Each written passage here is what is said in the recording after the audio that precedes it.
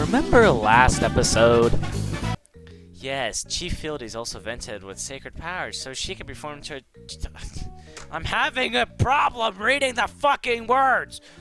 No, but just goddamn it, just start the video. Fuck! What's cracking and smacking, everybody? My name is Iris Puma. Welcome back to Sacred Sword Princesses again. Last time we left off, I couldn't speak English, so let's get back into this. Let's go with shaking. So, once you become a vessel, you can vanquish the beasts? Yes, man. But you have to carry out the ritual with that sacred sword? It has to be stuck into my body? Yes, man. Damn the white cherry. Capture and lock him up in the interrogation room and wait for further orders. You bit. What, you don't believe Luna, man? I have to do this out of precaution. What you're saying is beyond my comprehension. I have to report to the empress and decide what to do with after that. But, man... To investigate the matter of precaution, that is understandable. The chief of the White Cherry Fieldy is known for her prudence. In that case, we should be waiting for your final verdict. Well, as long as you don't do anything foolish, my subordinates will be lenient on you. After saying that, Fieldy started walking towards the palace of the empress. Suh! I won't surrender so easily. Dahlia, calm down. Let's wait and see what happens. Why? What else are you thinking, Sasha? Don't forget, this empire has two squad chiefs. The other one, the chief of the Red Roses, may turn out to be a different character. You mean... Since they join the same status, they must be in a rivalry. Seeing her rival already met us with under instruction of the Empress, the other chief won't simply sit by and do nothing. I see what you mean. So the other squad chief must trust us. This is all conjecture. Since we're not in immediate danger, why don't we give it a try? What are you two whispering about? Come with us. Out! A frail girl about 15 with a fledgling stern voice. Her small body was covered in heavy armor. Despite her childlike face, she looked icy and poised. So she's finally appeared. Sorry, I turned up the mic quality because it's kind of quiet in my house right now. Don't want to wake everybody up. Oh, what the hell? So sorry for everything. Like the audio's all sorts of whack. I just need to turn up the audio a bit.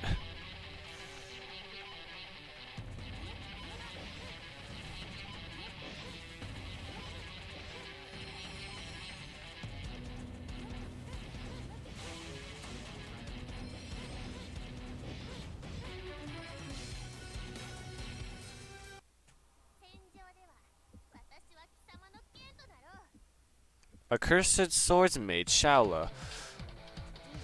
I hope I said that right. I probably said that completely wrong.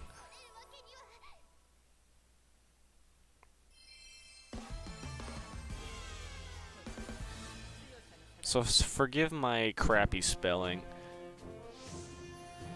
and English.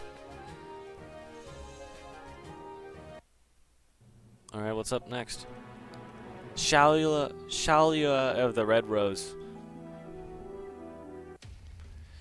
Oh, that's the chief of the Red Roses. Shaula.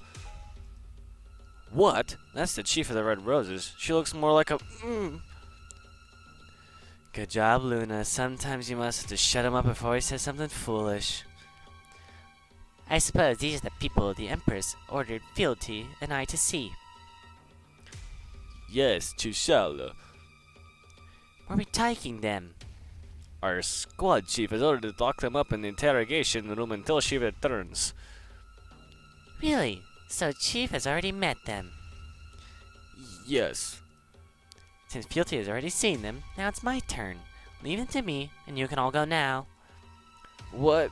Well... What? Do you object? No, we're just worried that our chief will punish us when she comes back. Huh. Punish you? If she has a problem, ask her to meet with the Red Roses and talk to me personally. Names of the Red Roses. Bring them to the interrogation room. Okay, wrong. Yes, ma'am. What? We're moving from one interrogation room to another.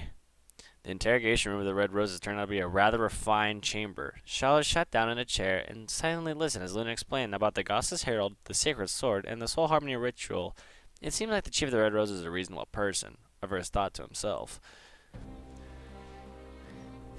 So if someone conducts the ritual with the sacred sword, she becomes a vessel and possesses the power to vanquish the beasts. Yes, exactly. We're all vessels, with the exception of Lenora, man. Shelly just scanned Avers With her sharp, critical eyes. Take everyone away for now, but leave the holder of the sacred sword. Even though Avers had made some mental preparation for the ritual, the overbearing squad chief in front of him was only a young, frail girl. As Avers struggled to make sense of this, Charlotte jumped off the chair and walked towards him. Oh, well, I'm gonna die.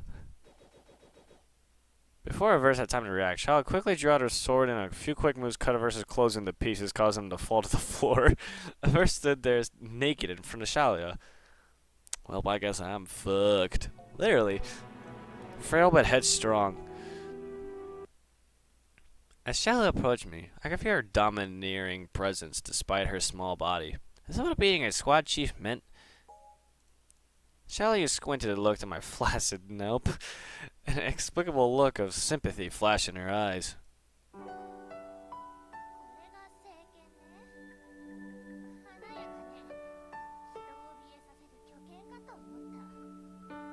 I hope y'all can hear that, but no.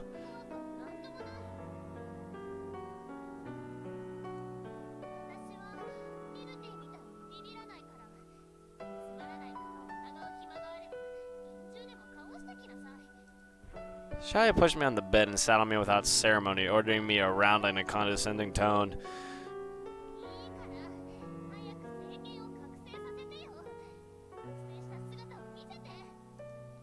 Being riddled and ordered by someone with such an adolescent look gave me a sense of shame, and I blushed involuntarily.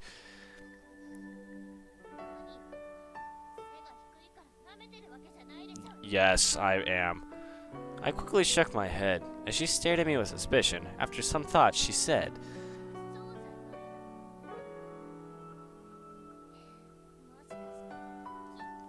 I nodded, and she gave me a look as she saw through me. But she looked surprisingly cheerful.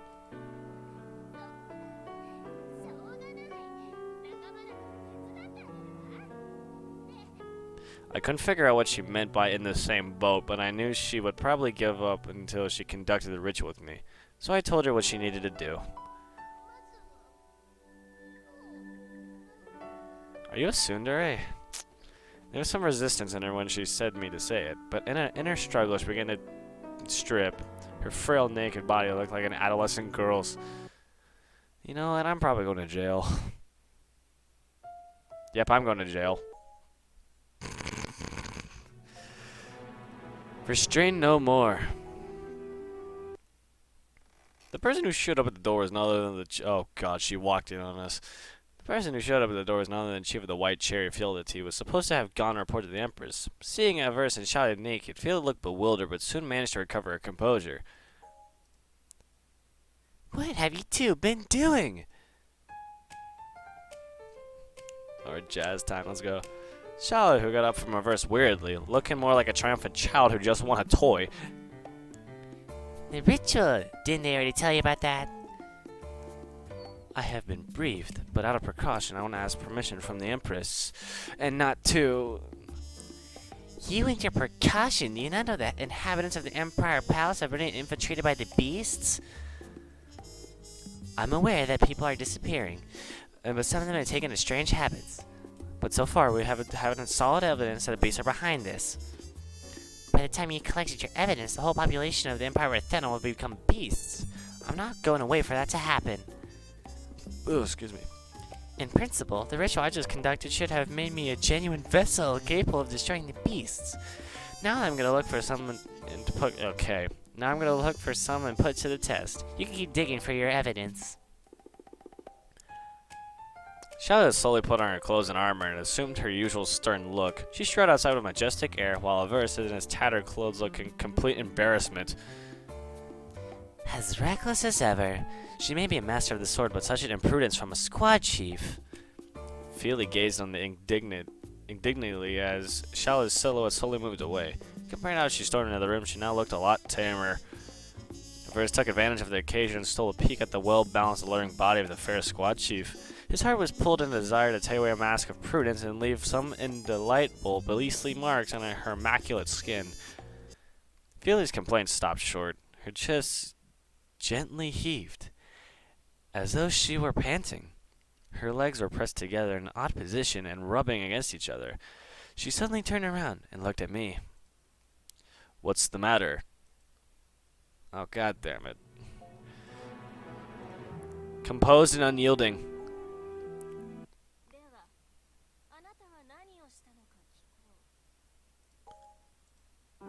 Fieldy nudged her glasses and leaned against me with a faint blush on her face, her eyes twinkling with a mysterious look. There was something noble and arrogant in the way she carried herself. I didn't force anything, it was all consent. More like she tackled me.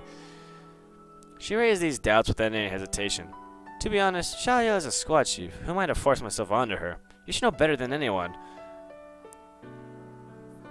I'm not a man of... yeah, that tag.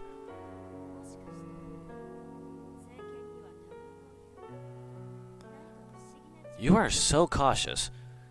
As she approached me, she looked at the liquid left on my body by Shalia. Her gaze was intrusive, scanning all the way from down to my torso to my crotch. Yeah. Was a bit tired after the ritual with Shalia, but under Fieldy's provocative gaze, I began to reassert its presence again. Yeah, it's called an erection. She turned her head away as if she was uninterested about what she saw. That reaction reminded me of an indifferent look when she was holding the sword. Dorothy grabbed her hand and felt her body quiver.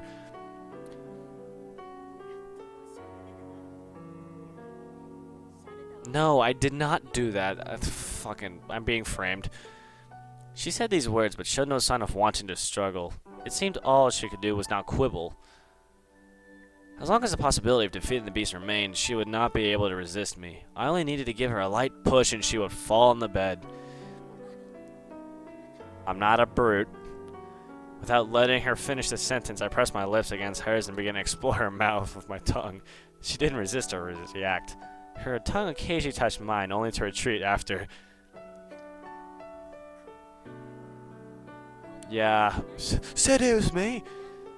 Is that so? My hands were running wildly over her body. Her flesh was so supple beneath her clothes that my fingers almost sank into her without resistance. I unceremoniously took off her clothes and grabbed her ass. Nope, okay.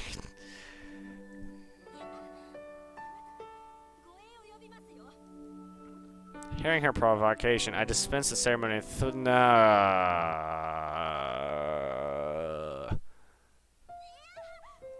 Yeah, no thank you, I'm done. Fuck that. Fuck that. Audience with the Empress. So you held the ritual with the 2 squad chiefs in a row. Oh my, I underestimated the level of your swordplay. Is that a compliment? Should I say thank you? But that Fieldy, the chief of the White Chariot, I thought she neutralized your sacred sword. How did it start working again? Well, she was holding her sword at me. How can I have any reaction to that situation? As for what happened later, I don't know. I was able to. It was because of the power that it used to awaken Emily. Fuck. Because of the power that awakening that you used on Emily the last time. That could be. Although something was different. But now we've achieved our objective. Let's not dwell on the details. Sorry for keeping you waiting. The Empress has been briefed. Now you're allowed to meet her. Both of them. I can't speak both at the same time. I'm not a fucking... Yeah, I'm not a fucking giant phonograph or something. Karafina, the Empress of the Empire of Athena, sat on her throne, her sharp eyes observing Verse and his companions. A figure stood behind her, shielded from a view by a drape.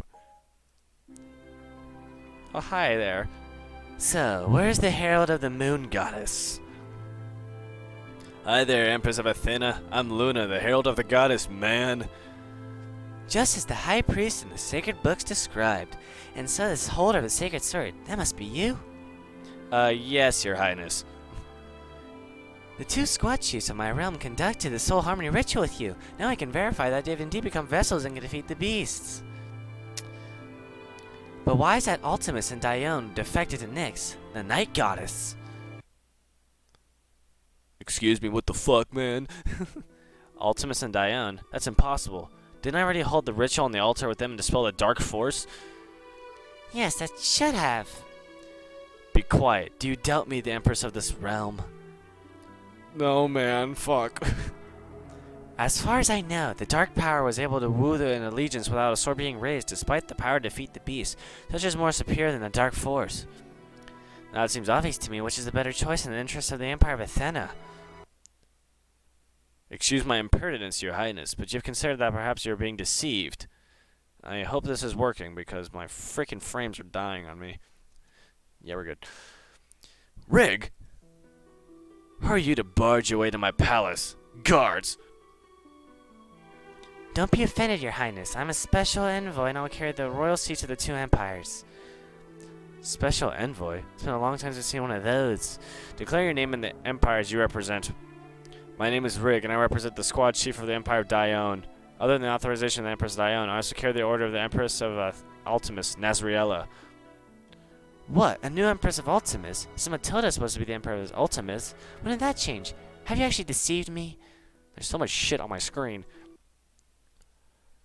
Carafina pulled away the drape behind her furiously, but the person standing behind her was complete What? It's the Chief John! Is that Dione's squad chief, John, the one who went missing? Chief John, it's me, Rick. So you've been hiding here. I'm happy to see you. The Empress has been so worried when you were in trouble. The Empress? You mean the useless coward who feared death, Diane? What happened to you, Chief John? Such blasphemy towards the Empress. Don't you know that it was because of you the Empress... Suddenly, a massive dark cloud loomed into view on the wall behind Joan and swiftly encircled her. As Joan was absorbed by the dark mist, more and more beasts began to crawl out. That's the taint in the beast, man. Everyone wants the fuck out. Man. Charlotte, let's protect the Empress. You don't have to tell me that. There was so much shit going on, I was reading too fast. Traitor Joan. Okay, well, she's a traitor. Let's stab the bitch, I guess. I hope the game just doesn't shit on me in this, so I don't have to do barely any focus on anything.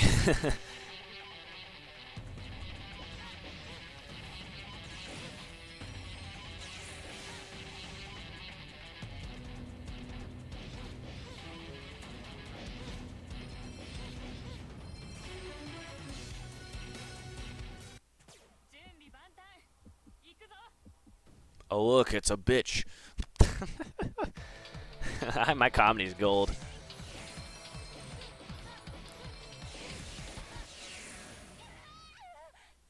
That was just a death scream. Jesus, my ears.